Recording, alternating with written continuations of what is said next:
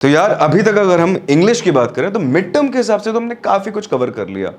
हमने दोनों किताबों के मिड टर्म का सिलेबस कंप्लीट कर लिया। हमने कुछ इंपॉर्टेंट फॉर्मेट्स वगैरह भी देख लिए जो कि राइटिंग सेक्शन में हमें हेल्पफुल होंगे। बट अब बारी आ चुकी है कि हम लोग फ्यूचर पे फोकस करें। तो मतलब हमें अपना फोकस थोड़ा सा शिफ्ट करना पड़ेगा। अब कमेंट्स में तो आप मुझसे बात कर नहीं रहे, तो मुझे पता कैसे चलेगा कि क्या करना चाहिए क्या नहीं करना चाहिए, because I am waiting for your guidance. But मैंने खुद सोचा कि यार इंग्लिश एक लैंग्वेज है।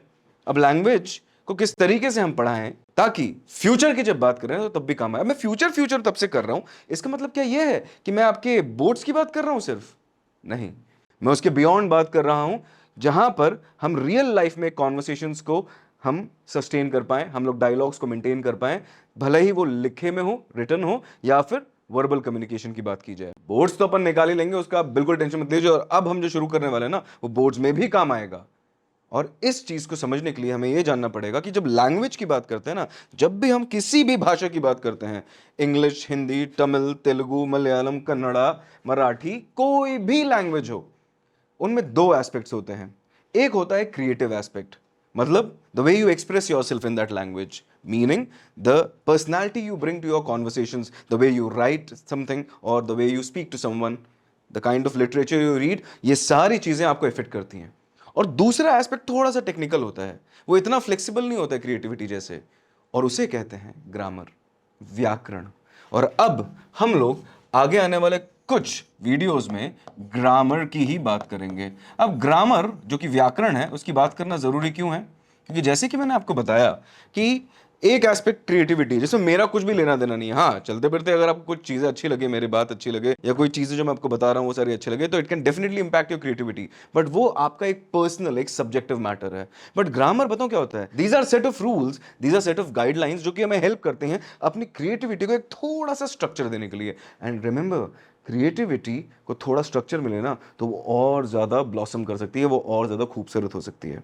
अब ग्रामर को समझने के लिए एक बहुत इंपॉर्टेंट चीज अपन बात करते हैं। गाड़ी, पता है गाड़ी, कार वार जो भी होती है, उसका सबसे इंपॉर्टेंट जो हम अगर पार्ट की बात करें तो कौन सा पार्ट होगा? इंजन, पेंट, ऊपर का ढांचा, स्टीयरिंग, अंदर का अपहोल्स्ट्री, ये सब नहीं। उसका चैसी, मतलब वो पूरा फाउंडेशन जिसके ऊपर वो पूरी गाड़ी बैठी हुई है। अगर हम लैंग्वेज की बात करें तो ऊपर का जो ये पूरा कार्यक्रम है ना, ढांचा वांचा, उसके अंदर की बॉडी वगैरह ऊपर की, वो सब लैंग्वेज से रिलेटेड है, वो सब क्रिएटिव हो सकता है। बट नीचे की जो चैसी है ना, जो उसकी फाउंडेशन देती है, दैट इज ग्रामर। और हम बचपन से पढ़ते आ रहे हैं ग्रामर, फिर भी कहीं ना कहीं हमारा इसमें हाथ टाइट है। कोई फर्क नहीं पड़ता अगर हम इंग्लिश मीडियम स्कूल में भी हो तो।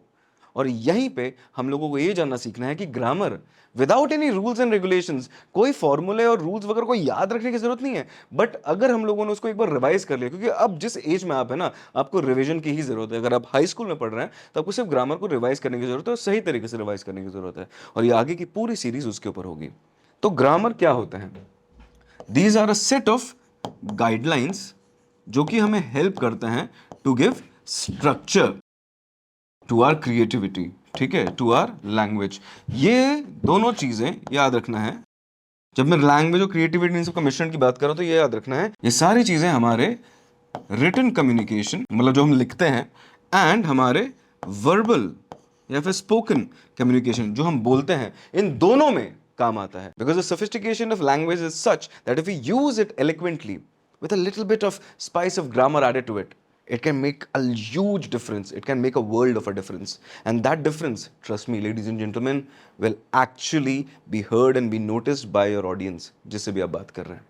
तो चलिए हम लोग अब जानते हैं कि ग्रामर को हम रोजमर्रा के जीवन में किस तरीके से सीख सकते हैं, और साथ ही साथ ग्रामर के जो कुछ इंपॉर्टेंट कॉन्सेप्ट्स वगैरह होते हैं ना, उनको हम एक बार फिर से रिवाइज करेंगे। जैसे कि फ्रेजेस हो गए, क्लॉजेस हो गए, डिटर्मिनर्स हो गए, और जानेंगे कि ये सारी चीज़ों को आइडेंटिफाई कैसे किया जाए जब हम एग्जाम के पॉइंट ऑफ व्यू से बात करेंगे, and at the same time इसको हम यूज कैसे कर सकते हैं in everyday conversations, specially when we are speaking in the language of English. तो मेरे साथ इस सीरीज में बने रहिएगा, क्योंकि ग्रामर का सदुपयोग करना ही हम सीखेंगे।